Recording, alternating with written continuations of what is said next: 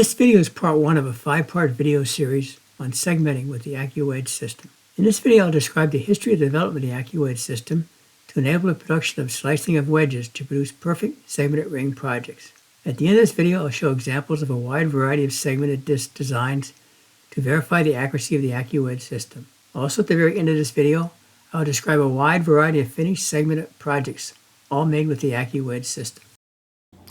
Hello, I'm John Manier from Accu-Slice, a developer of the Accu-Wedge system. Over the past 7 years, I've made many projects with the Accu-Wedge system, and these are just a few of the many projects I've made with the system. And I've made YouTube videos on most of these projects. Also, in that time frame, I've had many questions about the Accu-Wedge system. How accurate are the cuts with the Accu-Wedge system? How smooth are the cuts with the Accu-Wedge system? How can I make a segmented joint go into a perfect point in the center? What's the best glue for gluing up your segmented joints? What techniques are best for gluing up your segmented pieces? How can I avoid cracks in my segmented pieces? And many other questions.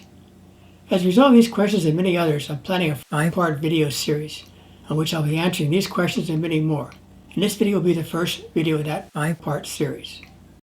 These are the titles of 5 videos currently planned, which I'll be producing over the next few months. There may be additional videos added to this series in the future.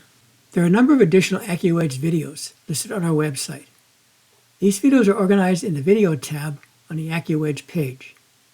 The first set of videos is a list of videos describing the operation of the Accu-Wedge system. The second set of videos is a very important set of videos which describe how to get perfect wedges and segments with your Accu-Wedge system. It is highly recommended that all new Accu-Wedge users view these videos. The third set of videos describes many of the techniques that I've been using for creating unique projects with the Accu-Wedge system. The final set of videos is a list of the many projects which I've created using the Accu-Wedge system. I've been slicing my wedges for making segmented bowls for many years, using my table saw and a custom-built jig for the table saw based on a design by Jerry Bennett. And I was using my wedges to set the angles between these two fences. The system worked quite well, but on several occasions that table saw blade just picked up one of those small wedges and sent it flying in the air past my ear. Luckily, I was standing to the left side of the table saw blade, as I always do, and I got missed by that flying shrapnel piece of wood. This happened on several occasions, and as a result, I thought it was time to investigate using the bandsaw for cutting my wedges. The bandsaw is safer since it doesn't have that high-speed rotating blade, and secondly, the kerf of the bandsaw blade is 45/1000 of an inch, where the table saw blade kerf is 1/8 of an inch, so you lose a lot less wood using the bandsaw. And after cutting thousands of pieces of wood, the savings of wood can be significant. I did have 2 concerns about switching to the bandsaw. Number 1 would be the smoothness of cuts with the bandsaw blade, and secondly, how accurate the system would be. This was my first prototype version for the bandsaw segmented jig, which I now call the Accu-Wedge. It used a 6-inch by 9-inch flat aluminum plate with 2 fences and 4 roller bearings on the bottom of the plate that ride on the rail on the Accu-Slice system. Using this first prototype of the Accu-Wedge jig in conjunction with the Accu-Slice indexing table, I was able to accurately slice the wedges and adjust the width of the segments. I was using the same wedges that I'd use on a table saw to set the accurate angle between the 2 fences. When I began testing this prototype version of the Accu-Wedge system, I was using a 1/2 inch wide blade by 14 teeth per inch on my bandsaw, and I was using MDF strips to produce the wedges. I was using the wedges to set the fence angles. I was getting very good results in slicing a wide variety of wedge sizes from 5 segments per disc up to 48 segments per disc, and then assembling them into completed segmented discs from these MDF boards. However, when I started to slice some wood boards such as walnut and cherry with this prototype Accu-Wedge system, all the assembled segmented discs had gaps between the wedges. I tried different woods, different board sizes, and various segment sizes, all with the same results. At this point, I was about ready to give up on slicing segmented discs on the bandsaw because I could not get good results when I was slicing regular wood boards.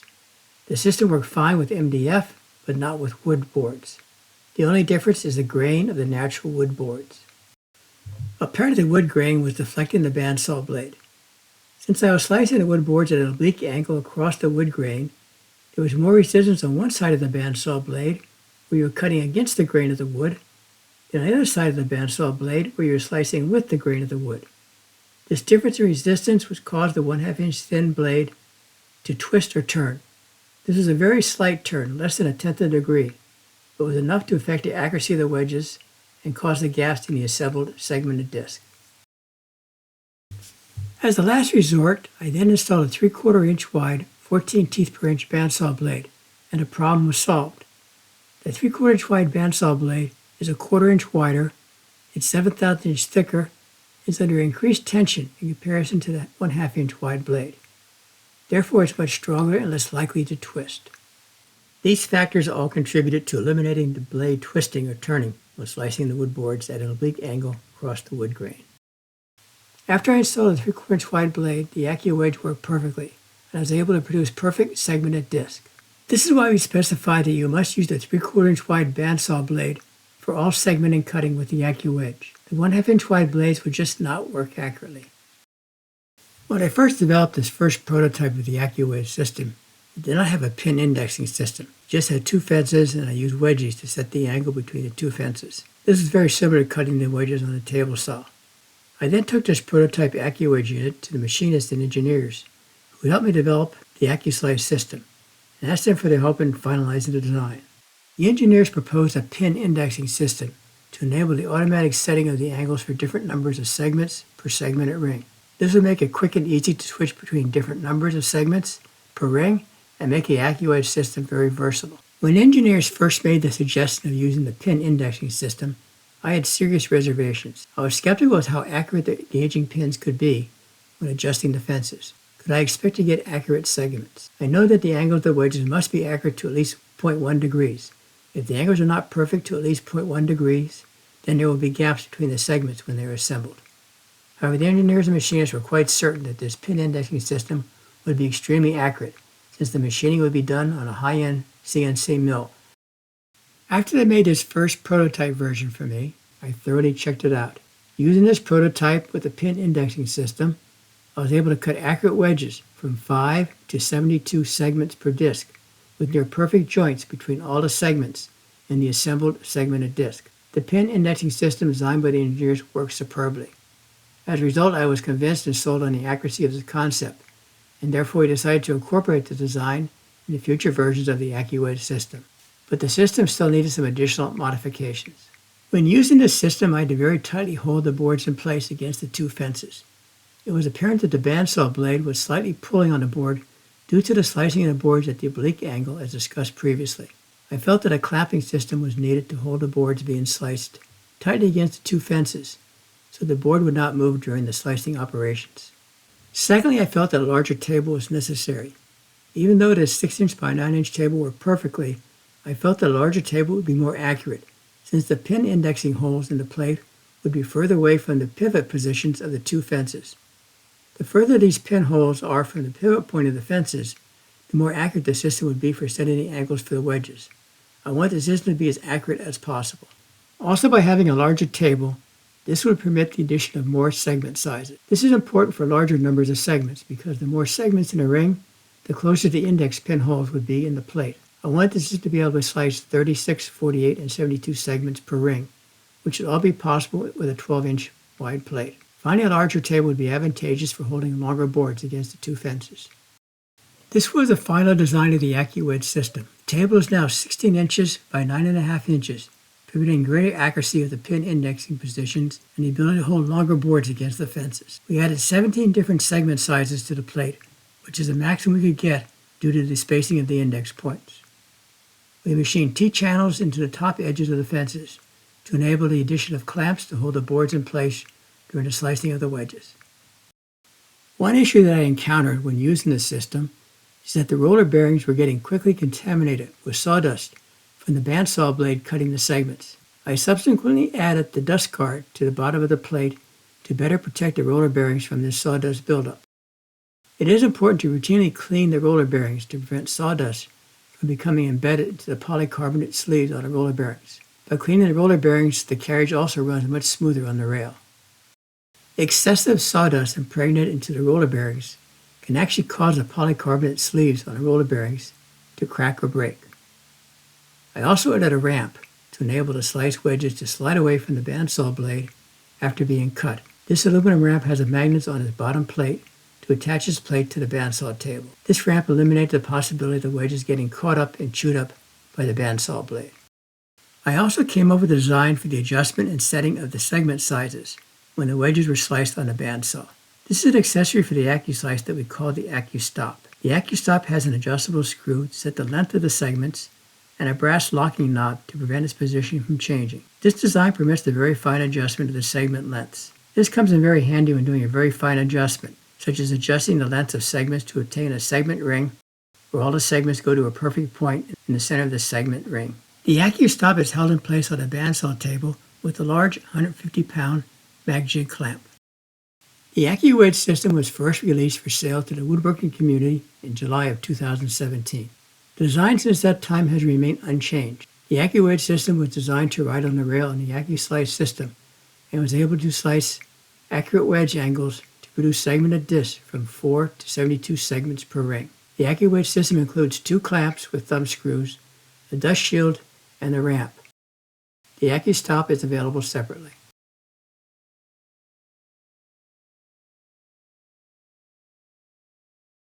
In 2022, I developed a mounting plate kit for the Accu-Wedge to enable the Accu-Wedge to be mounted directly on the bandsaw table without the need for the Accu-Slice system. I developed 2 models of the Accu-Wedge mounting plate kit for customers who do not want to spend the funds for an Accu-Slice system. One plate is for the bandsaws with the T-slot miter bars, and the second model is for bandsaws with the flat miter bar slots. The Accu-Wedge mounting plate kit does offer one unique advantage over the Accu-Wedge system mounted on the Accu-Slice. The system uses 2 dust guards. One dust guard is mounted on the mounting plate, and the second guard is mounted on the Accu-Wedge main plate. These 2 dust guards greatly reduce the amount of sawdust that gets into the roller bearings on the underside of the Accu-Wedge main plate. This reduces the frequency of cleaning the roller bearings. With the standard Accu-Wedge system used with the Accu-Slice index table, I normally clean the roller bearings every 2 or 3 sets of segmented disc, typically every 20 to 30 wedges. With a unit with the dual dust guards, with this direct mounting plate, I have cut more than 100 wedges before I needed to clean the roller bearing.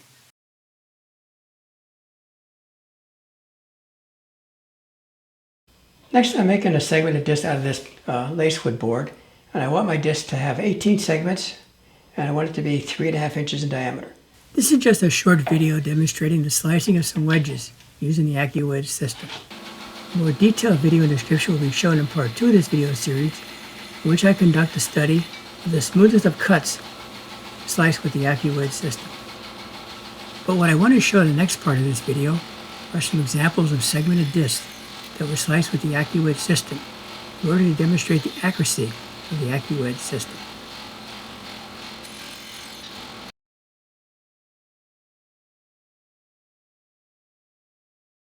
As I described previously, I have done some extensive testing of the Accu-Wedge system with the pin indexing system to verify the accuracy of the slicing of the wedges. Over the past 7 years, I've produced hundreds, probably more than 1,000 segmented discs using the Accu-Wedge system. I have made segmented rings from 5 segments per disc up to 72 segments per disc. Here are a few examples of the segmented discs that I created. This first collection are segmented rings that have not yet been glued up into segmented discs or rings. Currently, I prefer not to glue up my segmented rings until I'm ready to use them for a project. If I glue up a set of segmented rings and then stick it on the shelf for 6 months or more, there's a good chance that one of the segments will crack. Most of the segmented rings shown here are 18 segments per ring, but I also have a few 24 and 48 segmented rings that have not yet been glued. The most difficult segmented rings to produce are segmented rings that go to a perfect point in the center. Here are a few examples that I've made for an upcoming project. I'm working on a project that was having a problem making an 18 segment ring that went to a perfect point in the center. The wood was just too fragile at the center point. So I made a 9 segment ring for this project, which was possible since the larger angle created a stronger center point. This is a 24 and a 48 segment walnut ring ready for glue up. This is an alternating purple heart and maple 18 segmented disc that goes to a perfect point in the center. I produced these segmented discs for the bottom of bowls that were featured in a previous video.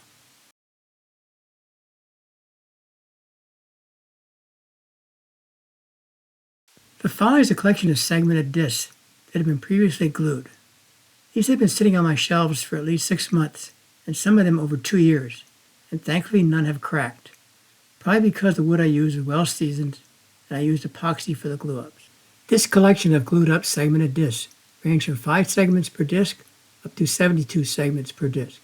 Many of the segmented discs are from a single wood species, but several others contain alternating colors and contrast of woods. Several of the segmented discs were made from laminated boards to create some unique patterned segmented discs. I usually use thin spaces between each of the wedges in these segmented discs.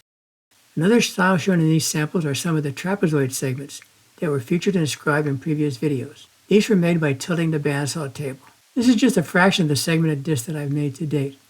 I think that this collection demonstrates the accuracy of the Accu-Wedge system in creating perfect segmented wedges.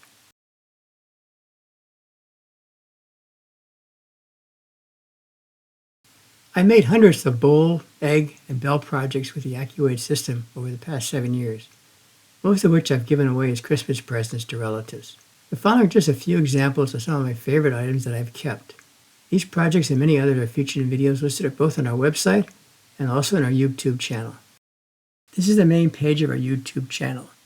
The videos listed here describe in detail how I made each of these projects and the various techniques that I use from slicing the wedges to gluing them up and finally turning them on the lathe. One of my favorite projects that I made is a segmented egg, which I made back in 2017 when I first developed the Accu-Wedge system. This segmented wood egg contains more than 4,500 wood segments. It is 5 inches tall and contains 47 segmented disc layers, each 100,000 of an inch thick. Each disc layer contains 96 alternating segments of padauk and maple. Another more recent example of one of my favorite projects are these segmented eyes that I produced in 2021. I just had cataract surgery, which inspired the design for this segmented eye. The iris is made by gluing laminate strips horizontally to make a laminate strip board, which was then sliced into segments that go to a perfect point in the center. The YouTube video describes this process in detail. This is a tornado patterned segmented bowl. It was made by producing multiple segmented discs of alternating walnut and maple. The disc layers are then glued back together by rotating each layer 1/2 of a segment. Also notice the thin accent rings of Cadillacs and maple in the layered top and bottom segmented disc. These were made from thin sliced discs cut on the Accu-Slice system. I add these accent rings to many of my projects to add some character to the project. I made a large series of segmented bells back in 2017 and 18. In total, I made more than 30 different patterns of these bells, as shown in the YouTube videos. Again, the top of these bells was made from a segmented disc that goes to a perfect point in the center. I've had numerous questions on where to get the top knobs or hooks for these bells. Therefore, I'm planning on machining some brass knobs for these bells, which should be available in the near future. These segmented bells make great Christmas presents. I made a large collection of segmented eggs, utilizing many different patterns. Many of the segments were made from laminated wedges with contrasting spacers between the segments. No two of my eggs were the same, since there are an infinite number of patterns that can be generated. This is also a good project to use up some segmented rings left over from other projects. The top and bottom segmented rings all go to a perfect point in the center. For this project, I made some segmented discs of alternating contrasting woods. I then tapered the segmented disc using the Accu-Slice system by tilting the carriage to produce the angled segmented rings. In order to turn these on the lathe, they were first mounted on a slightly angled block on the lathe headstock. It was fun, actually scary, turning these on the lathe because it was hard to see what you were doing.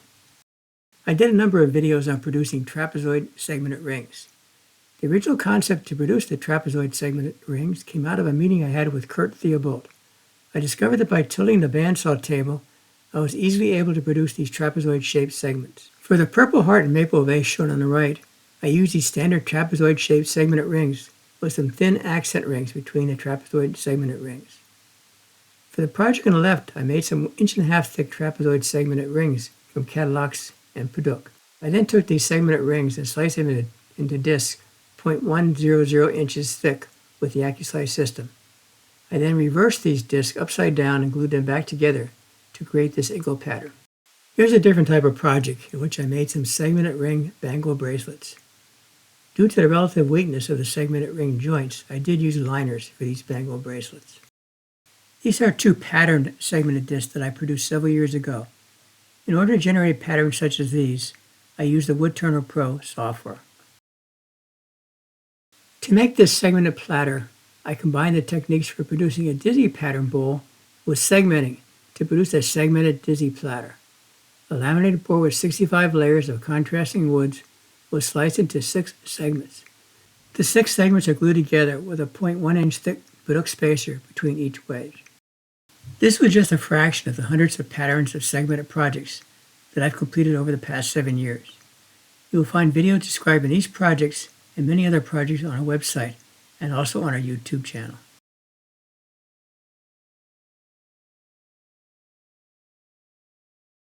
This concludes this Part 1 video on a history of the development of the Accu-Wedge system for segmented wood turning. In this video, I demonstrate the accuracy of the Accu-Wedge system to produce accurate wedges to produce perfect segmented ring disc. There are these 4 more planned additions to this video series on segmenting and the Accu-Wedge system, which will be available shortly. Thank you for watching this video.